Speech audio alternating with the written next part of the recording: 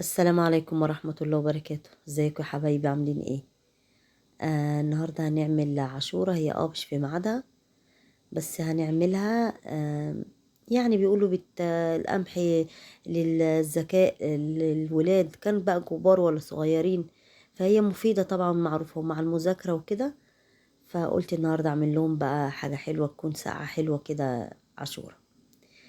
انا بليت القمح ده من بالليل. بليته قبلها بيوم، وتاني يوم ولعت عليه وبقى بالمنظر اللي انتوا شفتوه ده، لحد اما القمحية تستوي معاكي وتبقى ناعمة كده.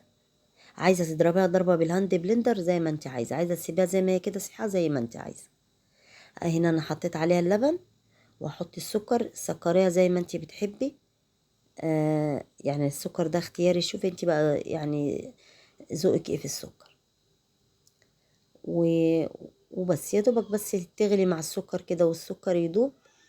احلى حاجه للعاشوره والرز بلبن والمهلبيه والحاجات دي، اللبن اللي هو من عند اللبان، اللبن البلدي بتاعنا.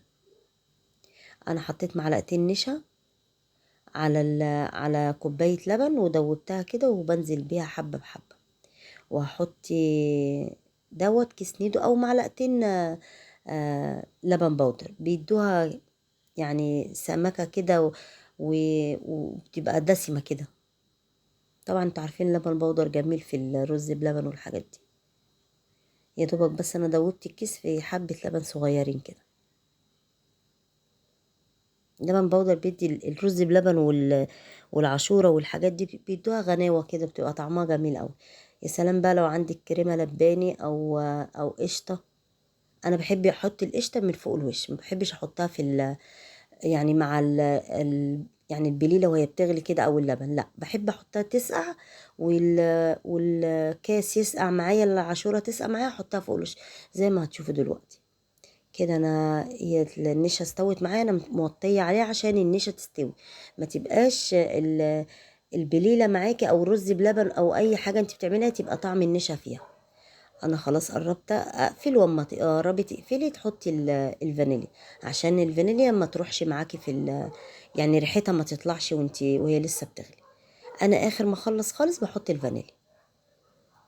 عندك بقى فانيليا سالية، انا اسفه، اللي هي السالية دي، اللي هي السايبة. ومعلش اعذروني، عن تعبانة والله، بتكلم بالعافية.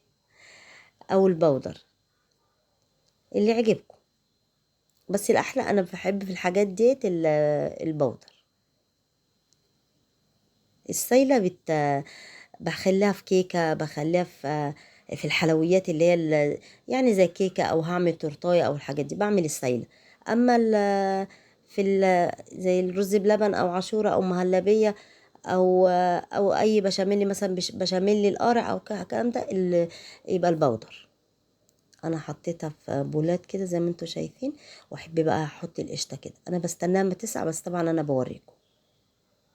بصي بقى، تحطي قشطه، تحطي سلام بقى لو عندك بسبوسه زي ما انا هعمل دلوقتي كده، بتبقى طعمها جميل. حاجه كده بقى ايه، دمار بقى. يعني ولا تقولي لي بقى اشتري حاجه من بره ولا حاجه، دي بسبوسه كانت عندي فاضت من ولاد، طبعا مش هرميها، بحطها في علبه في الفريزر او في التلاجة من تحت كده. بس اهم شيء علبة محكمة، بحيث ان هي ما تاخدش منك ايه ريحة اي حاجة يعني. واعمل رز بلبن زي كده، عاشورة، مهلبية، اي حاجة زي كده، واروح حطها عليه. دوقي بقى الجمال، تبقى طعمها جميل قوي. يا رب تعجبكم، ويا ريت تدعموني في القناة، وسبسكرايب للقناة ولايك كده وشير. ومتشكرة قوي ليكم. السلام عليكم ورحمة الله وبركاته.